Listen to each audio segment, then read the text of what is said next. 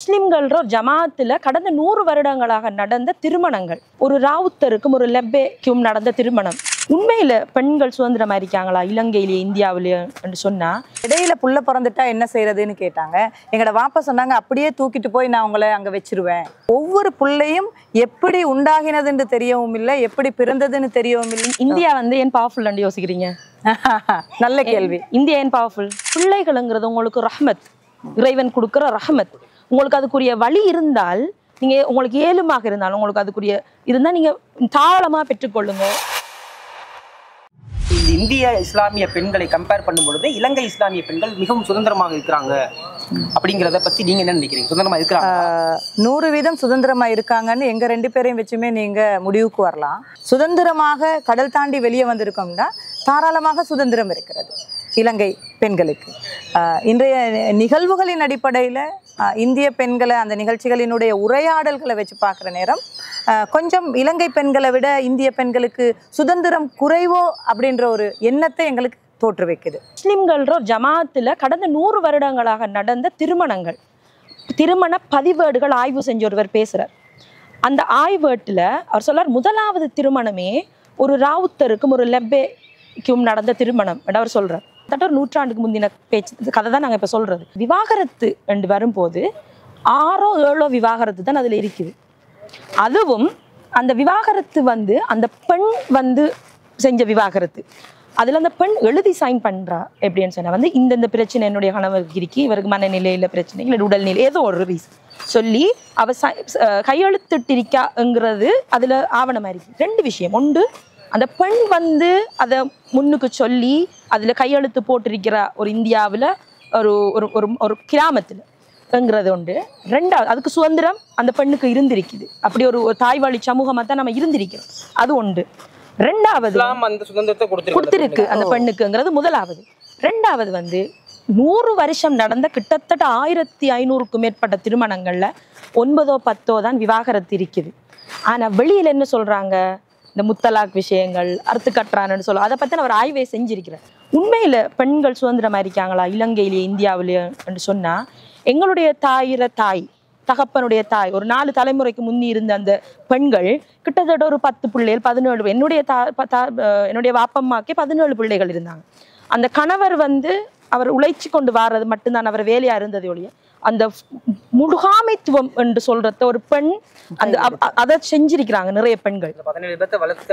வளர்க்கறது மட்டும் இல்ல, அந்த ஊர்ல நடக்கிற மெயினான பிரச்சனைகளுக்கு தீர்வு சொல்றதுல இருந்து, இணக்க சபைகள்ல ஒரு அங்கத்தவரா இருக்கிறதுல இருந்து, ஸ்ரீலங்காவில் நான் சொல்றது கிழக்கு மாநிலத்துல அப்படியான பங்களிப்பை பெண்கள் செஞ்சிட்டு இருக்கிறாங்க. ஆனா வெளியில இருந்து பாக்குறாக்கள் சொல்லுவாங்க, ஐயோ பெண்ணை ஒரு 17 ஒரு பிள்ளை ஒரு பெண் பெற்றால் அவளை போட்டு கொடுமைப்படுத்துறாங்க, இவ்வளவு வேலையும் செய்ய வேண்டியதாக இருக்கு.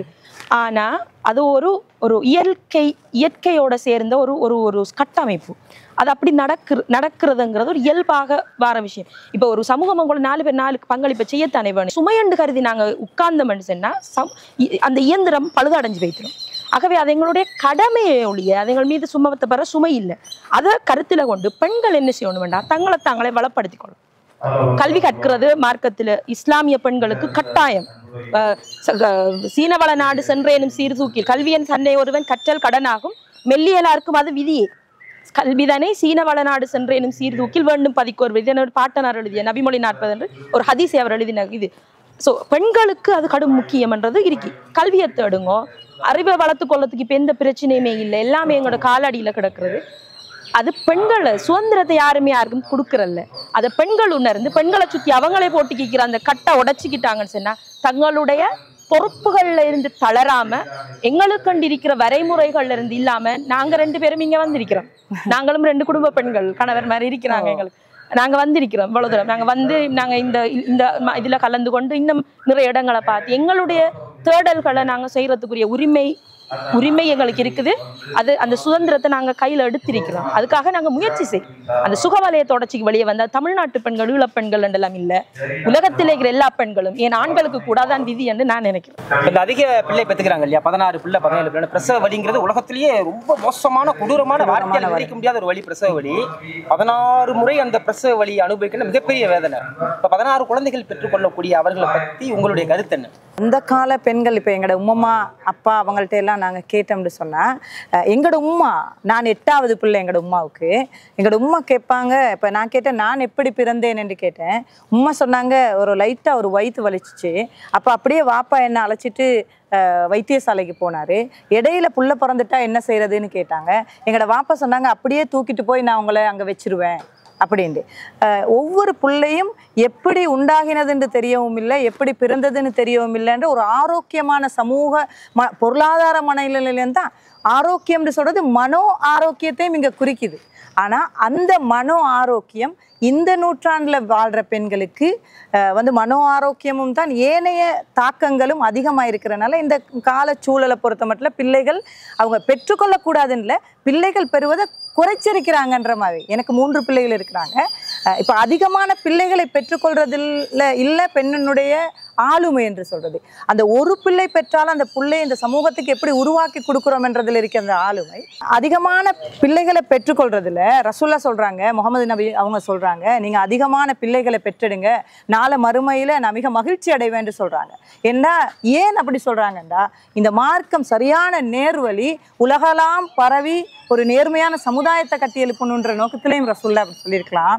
ஆனால் இன்றைய கால சூழ்நிலை பெண்கள் ஆண்கள் 2 பேருமே மிக பிஸியாக இருக்கிறாங்க, காரிய இதோடு இருக்கிறாங்கன்றனால பிள்ளைகள் பெற்றுக்கொள்வது குறைவாக இருக்குமே தவிர என்னுடைய மனக்கருத்தும் அதிகமான பிள்ளைகள் இருக்கிறது அதிகமான மகிழ்ச்சியை பெற்றுத்தருன்றதுல நான் பதிவு செய்ய விரும்புகிறேன். நீங்கள் இந்தியா ஏன் பவர்ஃபுல் யோசிக்கிறீங்க?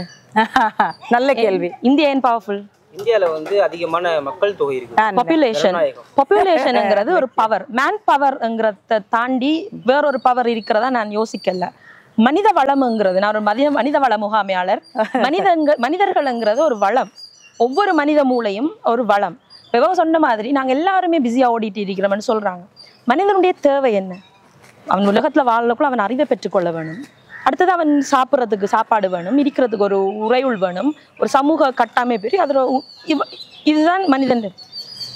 நாங்க எங்களுடைய தேவைகளை அளவுக்கு அதிகமா உயர்த்தி வச்சுட்டு எங்களோட அந்த பாரத் அங்க வச்சுட்டு அனாவசியமான விடயங்களுக்கு பின்னால ஓடிக்கிட்டு எங்களோட அத்தியாவசியங்களை தொலைக்கிறோமோங்கிறதான் இங்க கேள்வி. இப்ப கல்வி கற்கிறதோ இல்லாட்டி வேற வேற தேடல்களை ஈடுபடுறதுக்கோ எங்களோட திருமணம் முடிக்கிறது குழந்தைகளை பெற்றுக்கொள்றதுங்கிறது அன்றாட வாழ்க்கையில ஒரு அங்கம். அதுக்குரிய சப்போர்ட் சிஸ்டம் அந்த காலத்துல இருந்துச்சு. இப்ப எங்களுக்கு இல்லை. என்னன்னா நாங்க எல்லாரும் வேற எதையோ தேடி ஓடிட்டு இருக்கிறோம்.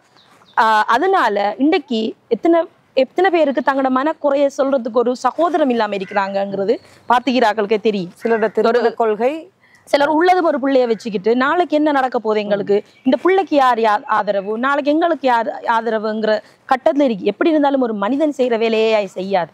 ஆகவே உங்களோட பிள்ளைகள்ங்கிறது உங்களுக்கு ரஹ்மத், இறைவன் கொடுக்குற ரஹ்மத். உங்களுக்கு அதுக்குரிய வழி இருந்தால், நீங்க உங்களுக்கு ஏழுமாக இருந்தாலும் உங்களுக்கு அதுக்குரிய இருந்தா நீங்க தாராளமா பெற்றுக்கொள்ளுங்க.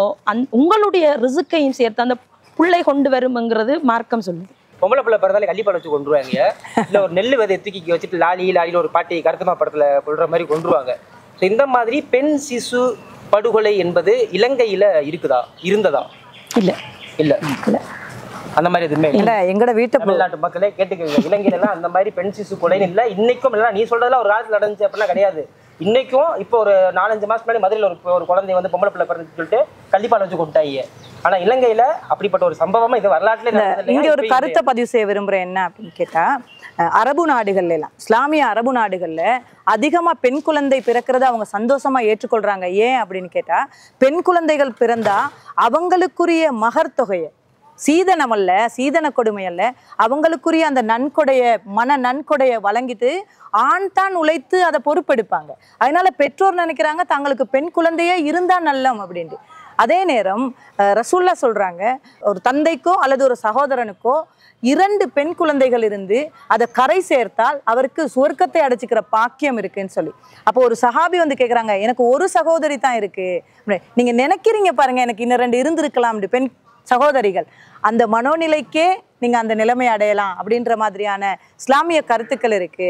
அதனால நான் என்ன சொல்ல வரேன் அப்படின்னா, குறிப்பா ஏன் பெண் சிசு படுகொலை நடக்குது அப்படின்னு கேட்டா, இந்த சீதன கொடுமை, அவங்களுக்கான வாழ்வாதாரத்தை தேடி கொடுக்கறதுல இருக்கிற பிரச்சனை, அதனால இந்த மாதிரியான சில்லறத்தனமான எண்ணங்களை எல்லாம் கைவிட்டுட்டோம்டா வீட்டுக்கு மகிழ்ச்சி கொண்டாடக்கூடிய பூக்களாக பெண்களை நாங்க பாக்குறோம். ஆகவே பெண் குழந்தைகள் அதிகமா பிறக்கிறத அப்ப நீங்க வரவேற்கிறதா இருக்கும். இந்த மனோநிலையில ஆணுக்கும் பங்குண்டு என்பதை நான் பதிவு செய்ய விரும்புறேன். இலங்கையில இருந்து வந்துட்டாங்கன்னா எங்க ஒரு மாதிரியான ஒரு குஸ்பம் மூமெண்ட் வந்துடும். எங்களுக்கு ஒரு இனம் புரியாத ஒரு கிளர்ச்சி மனசுல இருக்கும், எங்க சொந்தம் எங்க இனம் அப்படின்ட்டு. நாங்க வந்து இறங்கினோடனே பேருந்துல எல்லாம் தமிழ் பாட்டு கேக்குது, எல்லாருமே தமிழ் பேசுறாங்க, பயம் இல்லாம நடந்து. இவ சொன்னா இல்லையா, தமிழ் பேச தெரிஞ்சா சிஎம்ஏ ஆகலாண்டு. சிஎம் ஆக தேவையில்ல, நாங்க சாதாரணமா சுத்தி பார்த்துட்டு சந்தோஷமா விடை பெறலான்ற மனமகிழ்ச்சியோட வந்த நொடியில இருந்து இந்த நொடி வரைக்கும் எங்களை தாங்குறாங்க இங்க. சோ அதுவே எங்களுக்கு பெரிய ஒரு சந்தோஷமா இருக்குது. வந்தார் இல்ல, இவங்க எங்க சொந்தாரு. அதனால எங்களுக்கும் மிச்ச மகிழ்ச்சி உங்களை சந்திச்சதுல. நன்றி. நன்றி.